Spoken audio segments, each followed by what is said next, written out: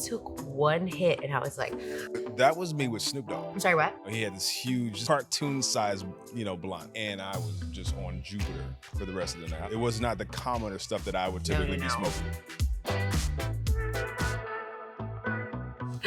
What's up, guys? I'm Dariany, and I'm very excited because today I have Iman Crossan, aka Alpha Cat. He's an actor, he's a personality, he's an influencer, and I'm very lucky because he's also my very good friend. Yes, this is true. You got it all right. Thanks. Thanks for having me. How are you feeling, Iman? I am great. I am feeling boisterous this day. Wow. Yeah. We love an adjective. Question, because we're here in Pollution Studios. I'm not sure if I can say that, but that's where we are. You did a movie called 420 here, where we're ironically shooting this. Yes. Walking through this building, actually, I'm getting a lot of flashbacks of things that we shot in different places. And yeah, we shot a movie called 420. It was this really funny, cannabis movie. And there was a lot of smoking going on set. I'm still used to cannabis being so open and widespread here in California. So it's like, as I'm saying this, I'm like, can I say these things? But like, yeah. So it was a lot of fun. We had a lot of great people in the cast, and it was just overall like a good time. That's where I met Koala Puffs, who's also a cannabis influencer. She's a lot of fun too. She was in film. And I remember the last day, which I thought was my last day, because a lot of people were smoking on set, and they would try to get me to it. And I'm like, I can't smoke while I'm working because I'm going to be no good on camera. Like, no good. And we finally shot my last scene. They're like, that's a wrap on mine. We applause. And when they say that's a wrap on you on set, that means you're done with your work for that whole either day or series. So I was finished with the whole movie. And finally, I go, like, I'm going to go smoke with you guys. So we go, and I smoke a little bit. And then they come running out to the car because we were hotboxing in the car. They run out to the car like, oh, we forgot to shoot X, Y, and Z lines. And I'm like, oh, my God. I am way too high to be on camera right now. So I had to go do it. And I remember sitting there in a setting much like this. There's cameras around and lights, and I'm in the center, and it's just me. And I remember freaking out because I had one line that they forgot to record, and I could not remember it. And I'm sitting there stressing. So it was like, that let me know, that confirmed I could never like be acting on camera after having smoked. Couldn't do it. No, I get it. Do you think that, because I think for some people it's the opposite. They need to be high before they can get on camera. God bless them. Yeah. That's a lot of control and tolerance. I ain't got it. That happened to me too. I was shooting a show called Struggle Gourmet. It was the pilot episode. It was with Trippie Redd. And his crew rolls up. They're rolling mad deep. And my big thing before I interview someone or, I work with someone is I need to talk to them. I need to chill. We need to have I don't want to just have them jump on set. So him and his crew were smoking. And I was like, well, this is how I'm going to bond with these people. So I go outside. I have no idea what insane kind of weed they had. I took one hit and I was like, I don't know how I'm going to host this entire show. Yeah. No. So the beginning was me like, but I did it, and also it worked. That was me with Snoop Dogg. I'm sorry, what? That was me with Snoop Dogg. I met Snoop once at a premiere for a show that I was in for Heartbeat Media. Kevin Hart, and Snoop was there. And I go up and I say, what's up? And, he had this huge, just this massively, just cartoon-sized, blunt. And people were obviously taken their chance to smoke with Snoop. So he's passing around and people taking photos. And I took maybe 2 puffs of his blunt. And I was just on Jupiter for the rest of the night. I don't know what he had, but like it was not the commoner stuff that I would typically be smoking. I once smoked with Wiz Khalifa, and there's this, I swear, like, oh yeah, one time I smoked with Jesus. All right. We're gonna keep one up in each other. First of all, you can't beat smoking with Snoop. Like who? I mean, I smoked with Bob Marley's ghost. Like, I think Wiz Khalifa is also like, they're pretty parallel. For sure. Yeah. This was on set for his video No Sleep. This was back in college. I remember I shot that music video, and my sister Day, who snuck on set, and I should do that. I don't know. Sometimes we just want to do things and then we do them. And if you watch the video, she actually has a really funny cameo in it. Oh shit! Okay.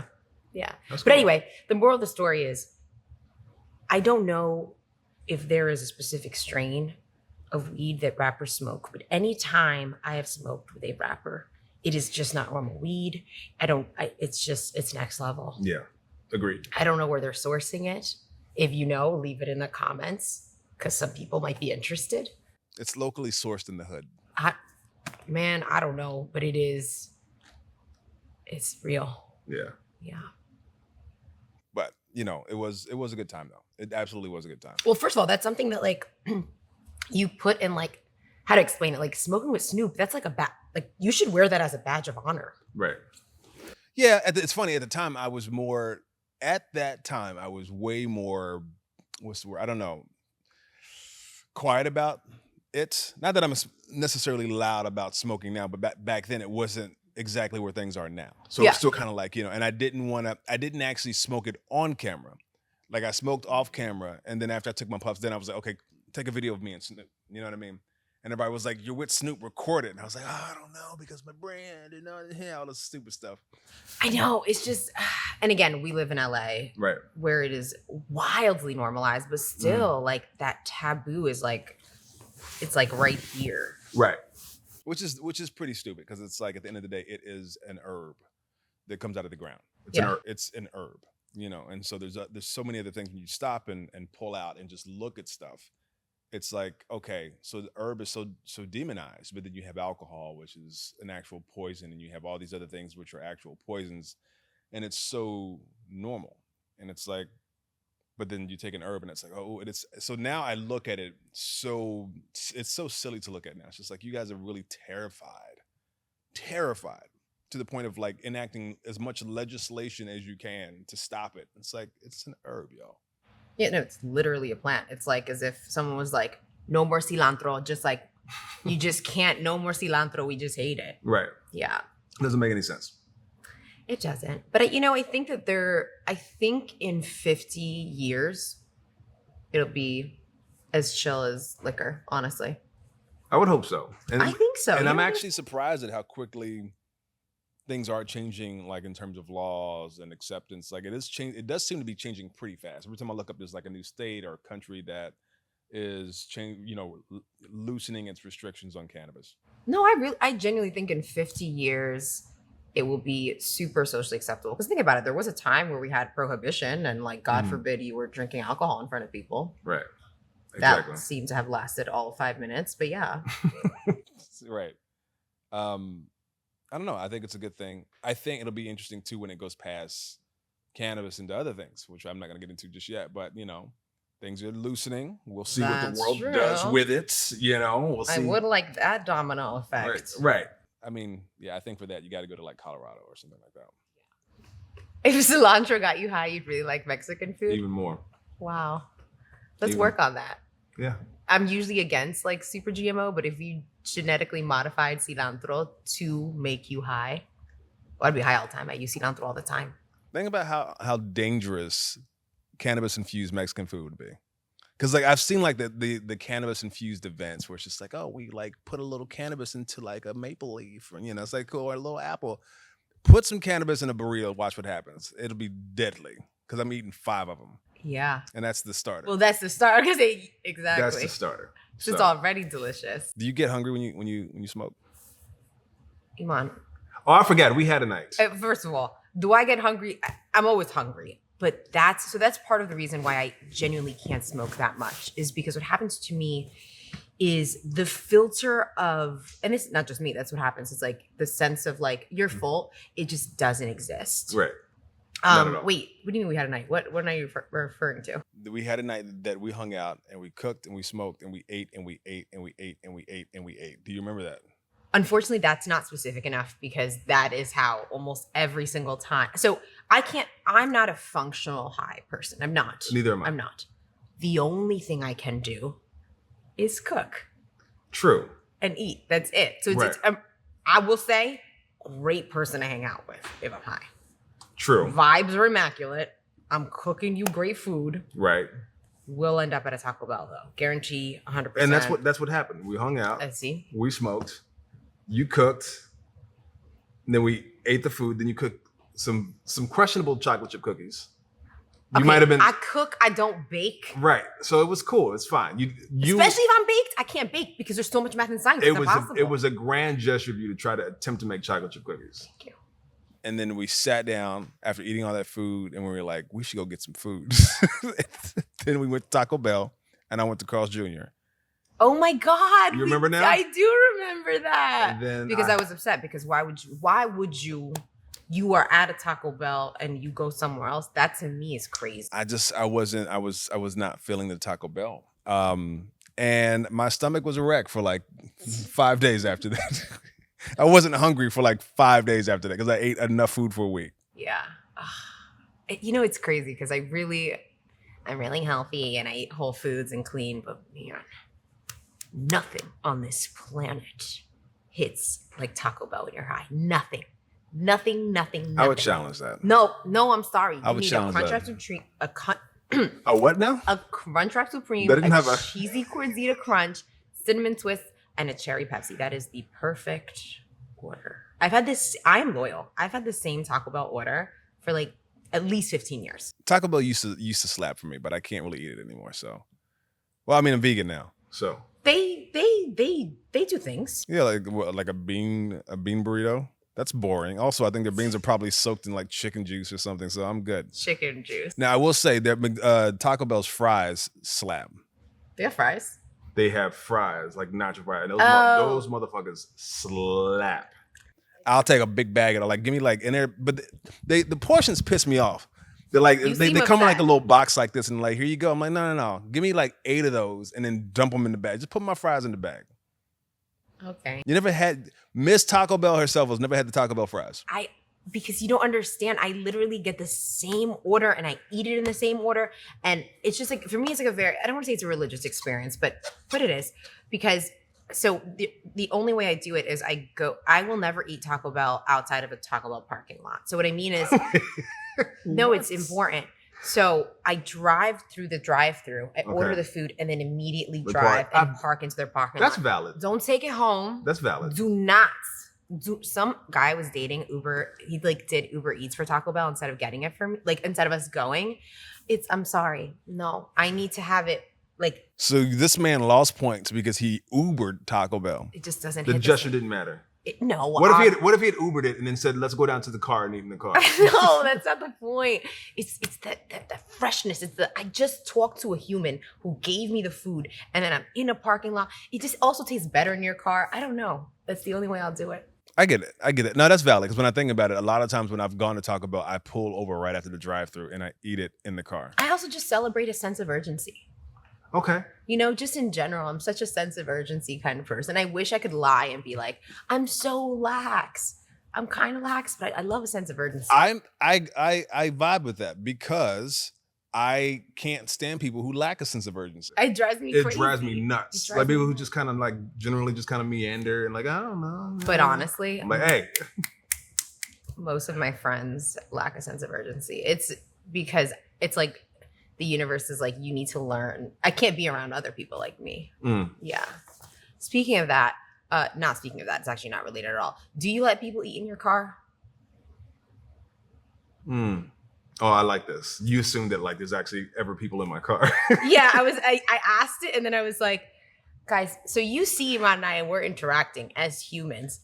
This is unfortunately not a common occurrence. The word on the street is people don't really see me much. That's the rumor. So rumor implies that there might be some falsehood to that, and that is a bona fide fact. In fact, I actually always feel privileged when I get to see you and have human interaction with you. I'm like, that motherfucker really likes me. He walked out his house. I appreciate that too, because you're one of the people I like to see. But do I let people eat in my car? I don't have a problem with it. That's the thing. No, neither do I. I don't have a problem with it. I bring that up because I get that people are like, don't eat in my car. Fucking live a little. I'm gonna keep it a buck because 9 times out of 9, if there's a person in my car, it's probably.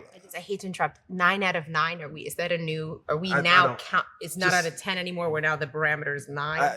I was gonna say 9 times out of 10, but then I just adjusted it for deflation and just figured it was it's just 9 out of 9. No, the maths. Okay, continue. So 9 out of 9 times. 9 out of 9 times, if there's someone in my car, it's usually a woman. And I don't mind if And she eats you in my can't car. say I ain't gonna say can't no to say her. no You can to a eat. woman. You can smear it on the dashboard. I'll clean it up later. I don't care. You're a gem. Yeah, no. Plus, I wish I'd be in a car with a guy and he told me I had to wait to eat my food until I got home. I'll tell you what does bother me in my car though. And it's only it's only you ladies that do it. The feet on the dash. This bothers me. Not for cleanliness reasons. But real quick, we gotta specify. Are you talking about feet or are you talking about feet with shoes on? Either.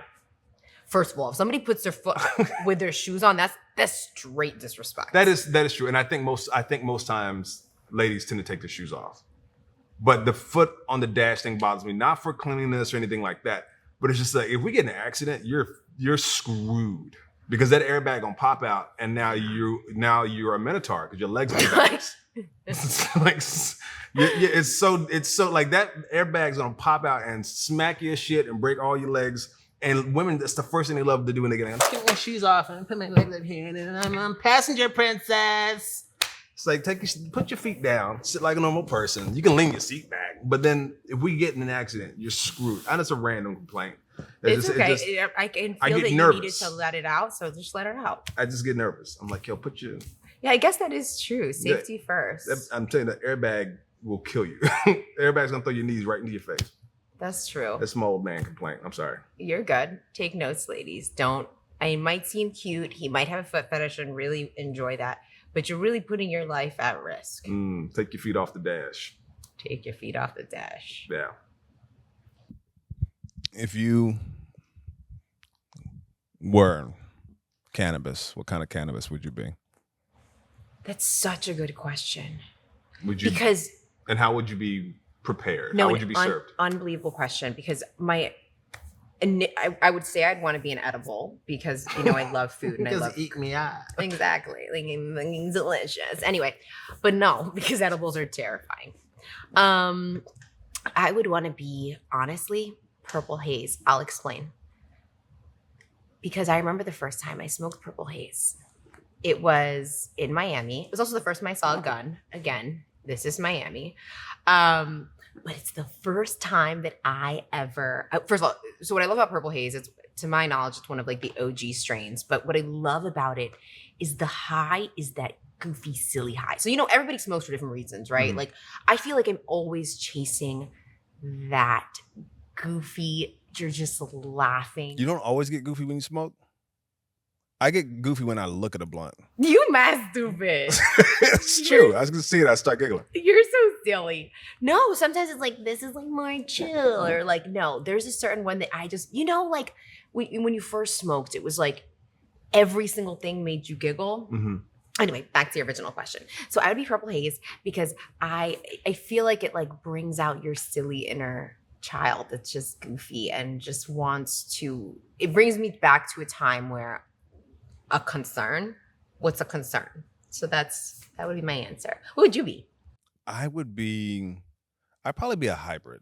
I think in the past I would have said indica because that was all I was smoking, but like it's gotten so heavy now. So it's just like I'd try to be something balanced, like some sort of hybrid. And but like which strain exactly, I don't know. Something that doesn't make me eat. Because you got to take it with an Adderall then. I don't know. How do you remedy that? Terpenes. It's the terpenes are I don't know what they call it, but it's like it's different. Every strain has a different terpene. A terpene is like, I don't know the proper definition of it, but it's like I'm saying this very wrong. I'm paraphrasing terribly, but let's say it's like the notes in a different wine. Like different wines have different notes, different flavors. It'll give the strain its flavor, its aroma, its effects. So different terpenes in different strains. Some will make you really, really hungry. Some will make you sleepy. Some will make you paranoid. Some will balance it out. So these days when I smoke, I am looking now not at the strains or the brands. I'm looking at the terpenes for the ones that list them. And I think the cannabis industry should lean heavy into terpenes because that's where you can get specific about the medicinal effects and things like that. So I look at terpenes like linolol, limonene, Lanolul, limonene, maybe myrcene, but things like piney flavor like that will make you hungry. Fascinating. Or anything like with the earthy kind of like grounded like flavors and texture terpenes, like those are the ones that'll make you like really hungry. So I try to stay away from things like pinene and stuff like that. All that said, I would be placing a bong for people to take big fat rips of me. That's how it would be served out. Okay. Yeah. You know what? I actually would, out of an apple, because I remember I used to do that in high school, and then I would eat the apple. So what's wrong? What I do? no, wrong? nothing's wrong. But an apple, it's funny. You just struck a core memory with me, because I know we talked about one of the first times I smoked, and I shared a story, but that may not. Maybe that was, but I think one of the main times I remember smoking, one of the first times I really remember smoking was through an apple. And I remember I was at this house party with this girl that I thought was really cute. And I didn't like weed at the time. I was young, probably 20, early 20s. And she was like, yeah, we got to smoke. Everyone smoked through the apple. And I was going to do it. And then until she grabbed the apple and said, your turn. And I was like, yeah, of course, my turn. I'll smoke it, whatever. And I took one puff. I remember they dug in the top and then dug through the side and lit it up. And I took one puff. And I was so incredibly high. And the next thing I know, I don't even remember how. I just remember me and her ended up in a dark bathroom with the lights off. We were hiding from someone and we thought it was funny. And we were giggling and giggling. And I remember her staring at me. And I remember thinking, like, I think she wants me to kiss her. But then I'm scared to, because what if I'm wrong? And that's when I felt my first weed paranoid in the dark with this girl. I don't know why we were in the bathroom. But I remember my first time smoking was through an apple. Okay, but did you kiss her? No. Iman, she obviously wanted you to kiss her. I don't know that. I know it. Why else would she be in the bathroom with you? And she passed you the weed? Read the room, Iman. I was young and inexperienced and, Well, I'm just letting and you also know. paranoid. No, I know. It's fine. I just want to. What if I read their signals wrong, No, I get it. Consent first. So you said, why'd you laugh? You're just so considerate. It's just great. You're right. Let's keep it PC. Yeah. But what was your first time like smoking? If you remember. Of course I remember. I was in Puerto Rico, and we went to a place called La Perla, which is pretty much like the worst kind of hood in Puerto Rico. It's not as bad now, but back when I was 17, it was like the cops wouldn't even go there. So it was a barrio.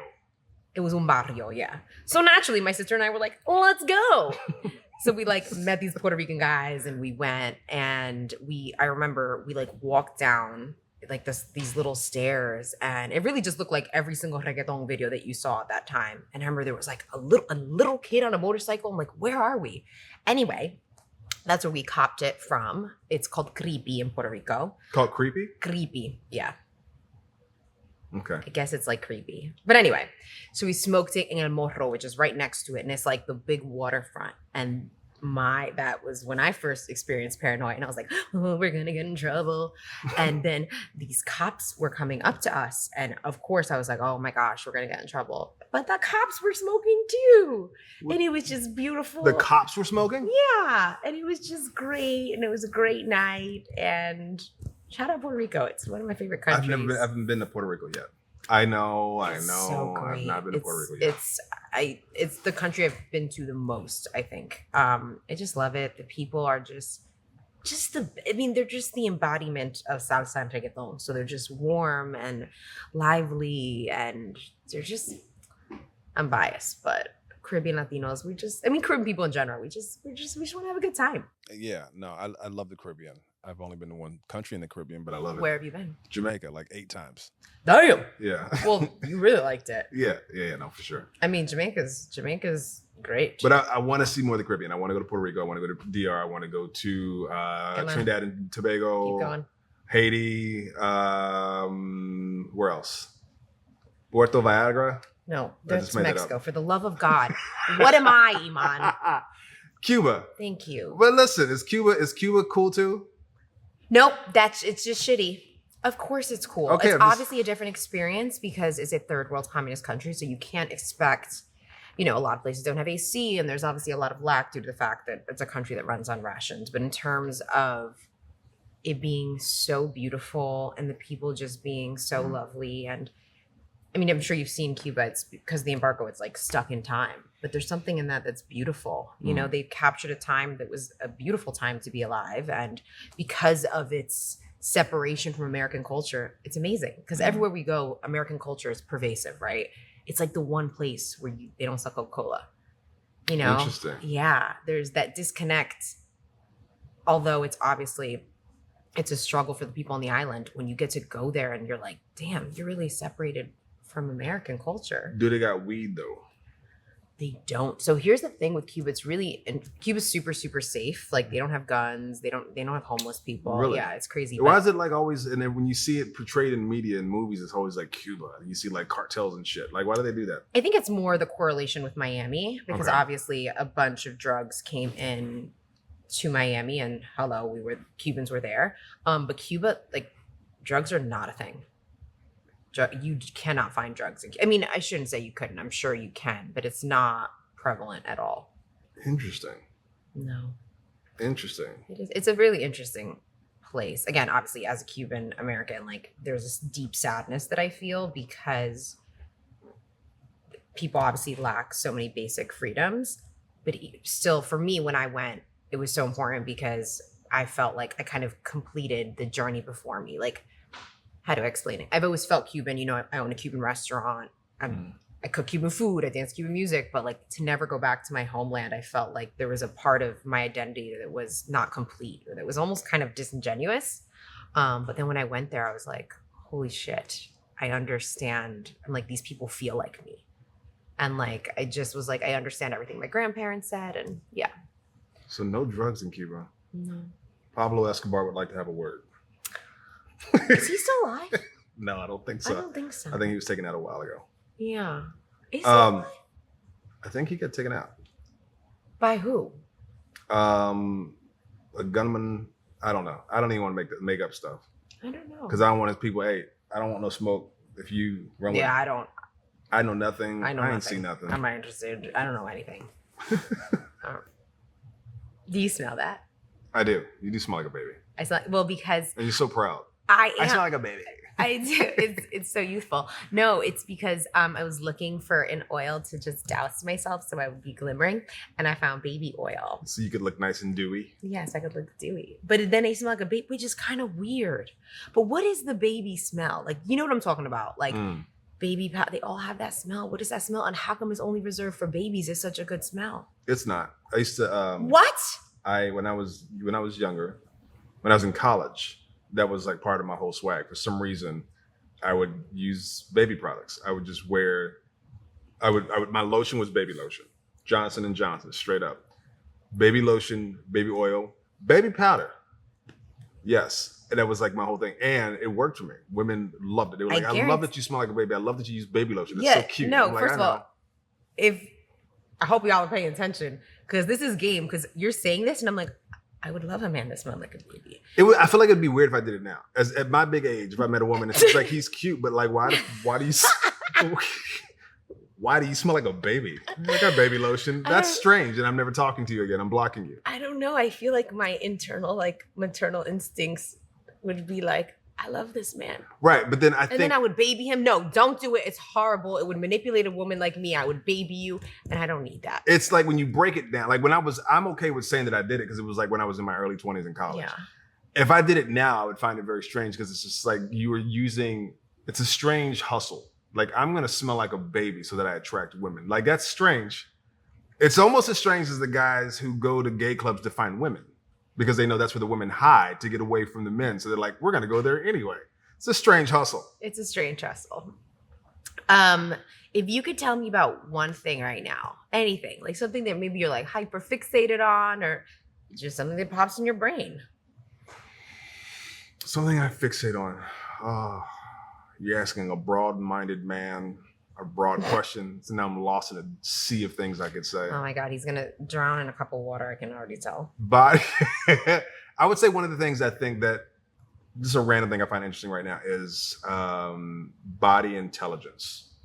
And so my diet over time my diet and habits have changed over time. I used to be a steak eating, whiskey drinking man. And now I'm smelled like a baby. Who smelled like a baby. And now I'm a sober vegan. And that came by not, it's funny, I tell people back home, like, oh, I don't eat meat anymore. I don't drink anymore. And they're like, oh, you're so LA. And I'm like, it had really had nothing to do with LA. It's just where my body intelligence telling me like, this is not what you want anymore. And so it became harder to drink as much. Meat began to gross me out, which is strange. And so I'm at a place now, even now, where I'm eating stuff, and I'm in this weird place of trying to figure out what food is for me. And I think everyone has different needs. Like some people will need to eat steak. Some people will need to eat more plants. And where I'm at, I'm in this in between where I'm eating stuff, and I'm finding myself oftentimes not very satisfied by what I eat. And I'm learning there's things that just don't work for my body. So I spent the past month avoiding processed carbs, and processed sugar. And after a month of that, I felt great. And then I had one day where I was like, all right, I'm gonna have some hot dogs just randomly, and a burger or whatever. And just those processed carbs, it just tore my body. I felt like my energy just went from here to just here, and I felt awful. And that became noticeable to me. It's like, okay, my body really does not vibe with processed carbs at all. It's not a diet. I'm not like on some, it's just listening to my body intelligence and paying attention to how my body reacts to stuff. It does not want that. Then I had, like a few days later, I was like, well, I haven't had sugar. And I saw like a brookie in the store. And I was like, A who? Brookie. It's like a cookie and a brownie mixed together. All right. Yeah. You look so stressed. Okay. Okay. That was me like wigging out. Like my body was like, I want processed sugar. You're not. I'm like, fine, I'll just eat this brookie. And that also tore my stomach up. I felt miserable. I'm like, okay, so I see I can't handle processed carbs, processed sugars, and I really need to stay away from that. Some people don't have that issue. Some people can eat candy all day long and they're fine. Me, it's like, I don't know. So I'm just in a place of just listening to body intelligence and how my body responds to things and what that could mean for me in terms of like, it looks like my diet may change again drastically if I want to remain feeling good. Does that make sense? Yeah. Okay. I think as a woman, we just are naturally a little bit more in tune with our intuition and stuff. And I'm very big on people listening to what their body asks for in terms of what they should consume. You know, I don't think you should, oh, this works for one person, or our bodies are fucking brilliant. So I think if you just sit in silence with yourself, you'll know. And then you also have to fight the, oh, I'm addicted to this, or all of the mental kind of, you know, like the mental addictions that we have to certain food, or like I can be a bit of an emotional eater. So fighting that urge to like eat very, very, very quickly. That's a thing for me. Yeah, I eat like a monster. I can't not eat fast. Really? That's so bad. I inhale food. That's so bad for your digestion. Like your digestion starts in your mouth, and if you chew slowly, you break down the food, and you're also sending messages to your tummy that it's time to digest. And yeah, so I chew a little bit. So that's good. If I were to give you advice, it would be to slow down eating. Although I have a lot of sense of urgency, I try to slow down while I eat. That's a nice callback. Oh, I'm the fucking callback queen. That was good. I love a callback. Okay. So now you ask me if I could tell you about anything. Hey, so what would be something that you are thinking about lately or obsessed with? Great question. I feel so not prepared. It was just right off the top. No. Well, like you, I'm always thinking of 40,000 things, and I love like fun facts and random stuff. But yesterday I went to Catalina Island with my family. Love Catalina. It was our first time. It was great. We're big Step Brothers people, so the Catalina wine mixer. You ever seen the movie Step Brothers? Mm-hmm. It's okay. If not, it's an imperative. Everybody needs to watch that movie. My mom and my sister have seen it 1,000 times. Anyway, so Catalina wine mixer, that's where they do it. So we wanted to go to Catalina, but there are bison on Catalina. So yes. Bison, they're not from there. That's not where they're born and raised. But what happened, it was like in the 80s, apparently they were shooting a movie and they brought the bison onto Catalina. Mm-hmm. And then they were like, well, okay, you guys just live here now. So then the people of Catalina were like, cool. And they're like under like a conservatorship kind of thingy. And now there's like 89 of them. Yeah. Which is really, what's really interesting is they were procreating too much. So they put them on birth control. But now they haven't had a baby in 10 years because the birth controls lasted longer than they anticipated. Those bison were getting to it. Yeah. But now I just hope I hope they can procreate again. I mean, I love Catalina Island, And when I went, I remember hearing about that too. That like there's a section, and they're like very protected. Yeah. But I didn't hear about the birth control part. Well, yeah, apparently they did it about 10 years ago, which is crazy. Yeah. Like, how big do you think bison birth control pills are? Is that the conspiracy? Do they tell people, hey, we gave them birth control and like they're not having babies anymore? Or are they quietly trying to get rid of the bison? Why would they do that?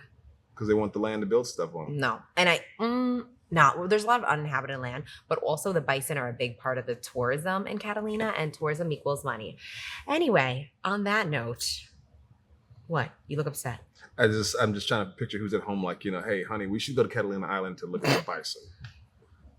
The only reason I didn't do it was because it was so damn expensive. I'm like, I just paid all this money to get here, and I gotta pay to look at the bison.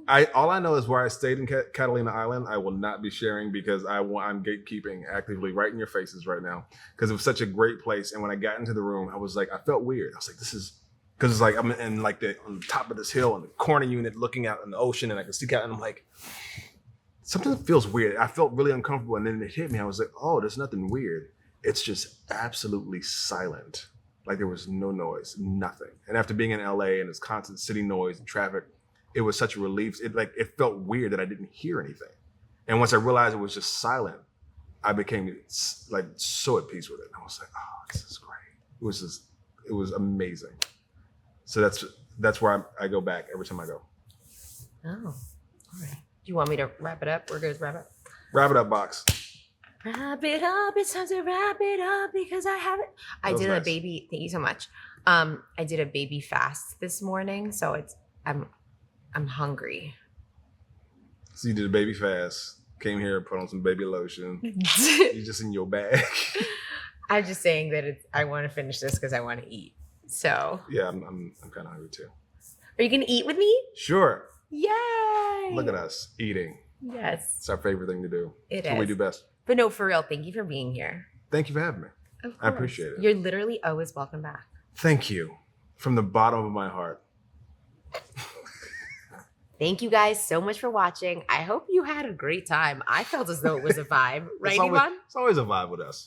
It always is. It always is. Thank you. Of course. Thank you for having me. Let's go eat.